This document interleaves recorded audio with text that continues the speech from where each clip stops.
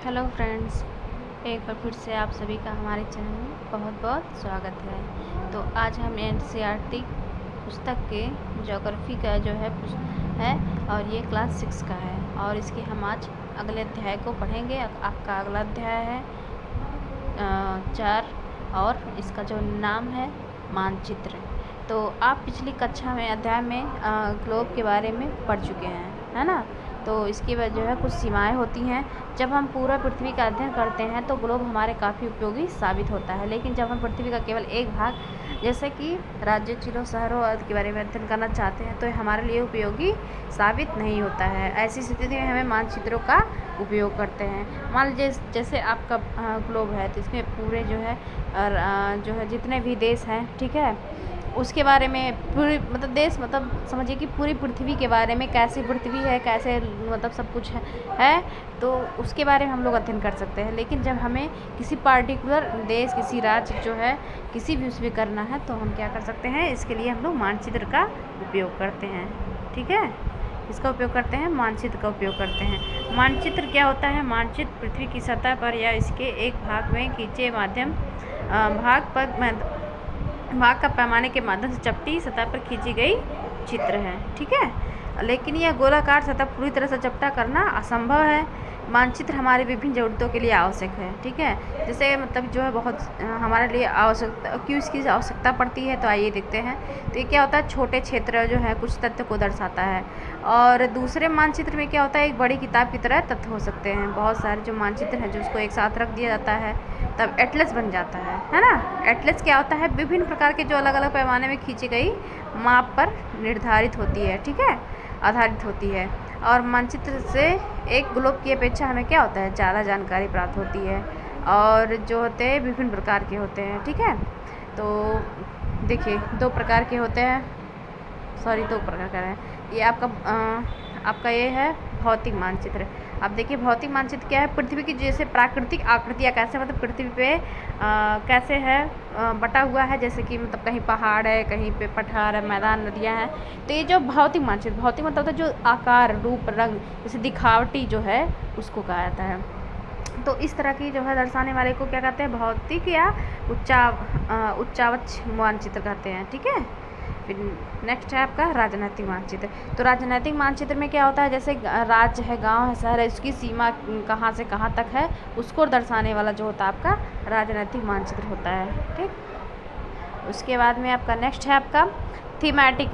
तो इसमें क्या होता है, जैसे कि मानचित्र में जैसे कहाँ पे जैसे सड़क है तो वहाँ पे कुछ उसको दर्शाया गया है। थीम मतलब क्या होता है, थीम आप लोग समझते हैं ना। थीम मतलब होता है कि जैसे कि कुछ चीज़ें हम लोग प्लान करते हैं तो उसके बारे में कैसे क्या है कैसे करना है, इस चीज़ को जो है पूरी प्रोसेस से करना। तो ऐसे ये भी है, जैसे मान लीजिए आपका कुछ जो है वर्षा मानचित्र होता है, कहीं पे वन है उसके लिए अलग जो है दिखाए जाते हैं विवरण, है ना। तो इस प्रकार से इसको क्या कहता है, थीमेटिक, है ना। तो जैसे होता ना कोई फंक्शन होता है उसमें थीम क्या है, ये थीम शादी का ही समझ लीजिए, तो उसमें हल्दी है, ये है, वो है, तो मेहंदी है। तो ऐसे जो है यहाँ पे जैसे कि वन है, यहाँ पे सड़क है, यहाँ पे मतलब वर्षा अधिक होती है, यहाँ पे उद्योग वाले शहर है, ऐसे मतलब बटा होता है। बस कहने का मतलब ये है, अब मतलब ये समझाने का तरीका था। उसके बाद इन मानचित्रों में दी गई सूचना के आधार पर उचित नामकरण किया जाता है। 3 घटक मतलब मानचित्र के जो है मुख्य 3 घटक हैं। कौन कौन से हैं, दिशा, दूरी और प्रतीक। दूरी कितनी है, किस दिशा में है और उसकी जो प्रतीक क्या है। ठीक, अब दूरी क्या होता है, देखिए मानचित्र का जो आरेखण होता है वो पूरे विश्व में या उसके एक भाग को छोटा सा कार्य पैमाने पर नापता है। यह कह सकते हैं कि मानचित्र छोटे पैमाने पर खींचे जाते हैं, लेकिन इसकी सावधानी से छोटा किया जाता है। ठीक है, ताकि स्थानों के बीच की दूरी वास्तविक बनी रहे। और यह तभी समय होता है जब कागज़ को क्या करते हैं, छोटी दूरी स्तर जो है उसको बड़ी दूरी को व्यक्त करता है। हाँ, जो छोटी दूरी उसको बड़ी दूरी को व्यक्त करता है। इसके लिए क्या करते हैं, पैमाना एक जो है मापक पैमाना चुराता है और उसको जो है क्या करते हैं, पैमाना जो है स्थल पर वास्तविक दूरी और मानचित्र पर दिखाई गई के बीच क्या होता है, अनुपात होता है। जैसे हम मान लीजिए आपका जो है स्कूल आपके घर से क्या होता है 10 किलोमीटर की दूरी पे है। ठीक है, तो मानचित्र में हम लोग क्या करेंगे, 10 किलोमीटर को दूरी को हम लोग 2 सेंटीमीटर की दूरी में उसको एडजस्ट करेंगे। तो इससे क्या होगा आपका, जब हम 10 किलोमीटर की दूरी को 2 सेंटीमीटर एडजस्ट करेंगे मतलब 1 सेंटीमीटर 5 किलोमीटर को दर्शाएगा, है ना। तो ये आपका इस तरह से दर्शाएगा। तो इस तरह से आपका छोटे पेज में यही बन जाएगा पूरा मानचित्र, है ना। और इससे क्या होता है, किसी भी दो स्थानों के बीच की दूरी पता लगा सकते हैं। ठीक है। अब दिया है बड़े क्षेत्र वाले भाग, जैसे महाद्वीप हैं, 3 लोग को जो कागज़ पे दिखाना होता है, तो हम क्या करते हैं, जो पैमाना होता है हम लोग मानचित्र का 500 किलोमीटर, ठीक है, मतलब 5 सेंटीमीटर को हम लोग 500 किलोमीटर दूरी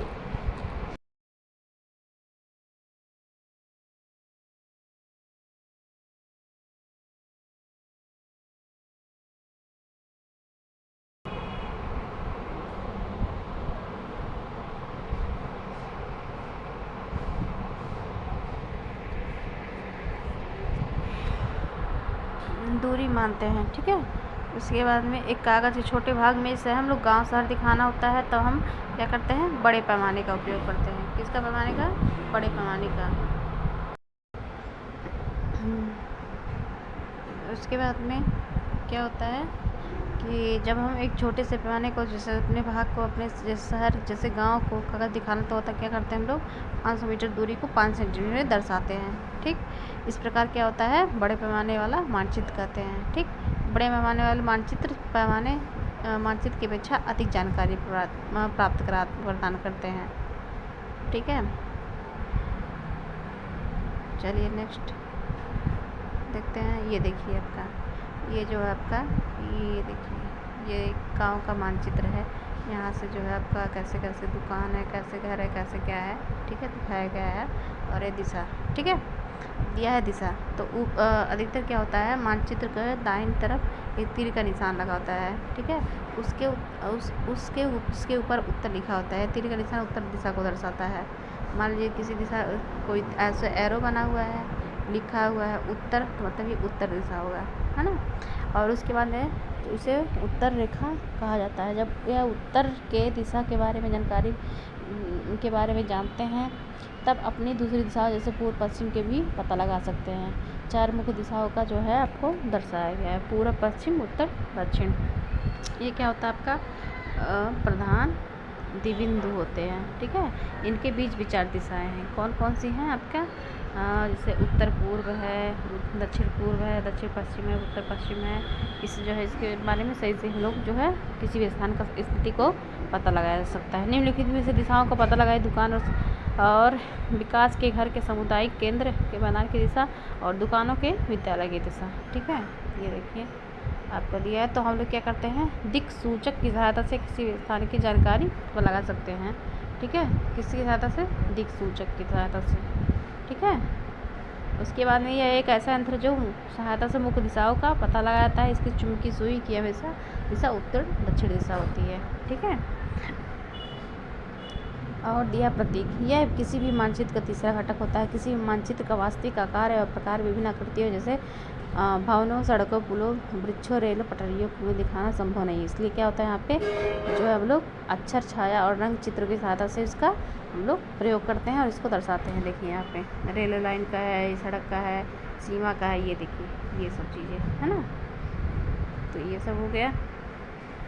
उसके अलावा मानचित्र की जानकारी प्राप्त कर, मानचित्रों की एक विश्वव्यापी भाषा होती है जिसे आसानी से समझ सकते हैं। इन्हें प्रतीकों का उपयोग करने के संबंध में एक अंतर्राष्ट्रीय सहमति है। ये रूढ़